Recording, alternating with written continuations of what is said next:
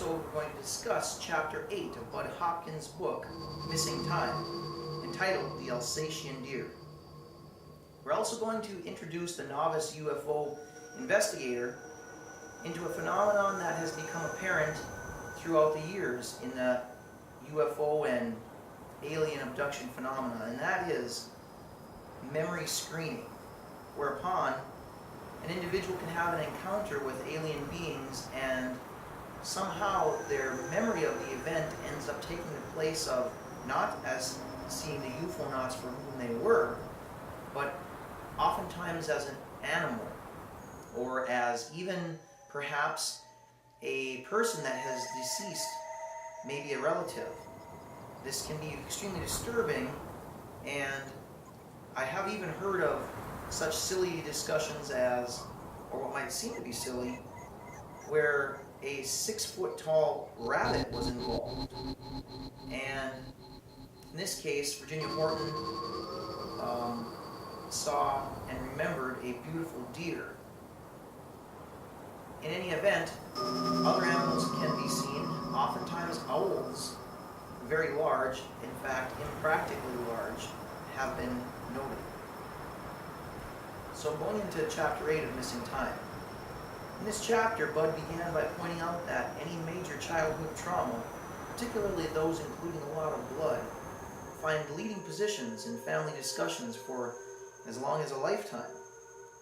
This fact is interesting then in light of Philip Osborne and Virginia Horton's cases, where mothers had no recollections of the cause of the cuts in their children. Virginia Horton's second hypnotic session, occurring some 10 weeks after the first, revealed interesting details regarding her captors. The missing detail of how she got on board the craft when she received her incision was filled in, when she remembered 3 humanoids with large heads, one of which was the leader and at least a couple inches taller than the others. He carried her on board. She recounted how the leader discussed many things with her, including the fact that what they were wearing appeared to be not the skin and eyes which she had thought originally she had seen, but rather tight spacesuits with helmets or visored goggles to protect their eyes. This coincides with what Philip Osborne also had seen. She discussed at great length the conversation shared with the being, who told her he was very old. Virginia had the impression he was an important figure, perhaps political, who was in a status something like retirement, and that he was doing research. They discussed a lot of plant and animal life, and apparently the being showed her star maps and corrected what he said were false impressions of animals in other galaxies. The being stressed to her repeatedly how important biological diversity is. That is also a topic that has recurring theme among UFO literature. There was a break in the narrative then while the tape of the session was flipped over, and when it resumed, Dr. Claymore had delved into Virginia's experience in France. She started out by describing how the scene ended, with her brother asking her where she had been, and she had been annoyed because she had thought that she had not gone anywhere. She remembered this beautiful gray-brown deer of moderate size saying goodbye to her telepathically. Now, telepathic communication is also frequently noted among UFO literature. At this point in the hypnotic session, Virginia suddenly deviated from her block and remembering more from the picnic incident in France when she was 16, and reverted to a memory jostled from the 1950 Farm in Manitoba, Canada incident. She remembered getting a short ride in the ship with the old wise being. It was a ride up to look at the Earth from above. Lasting only minutes, she distinctly recalled the cloudy view of the Earth and seeing the Great Lakes. She then resumed her memories of the deer in the Alsatian woods, which was accompanied by tender eyes to the brightness which she remembered.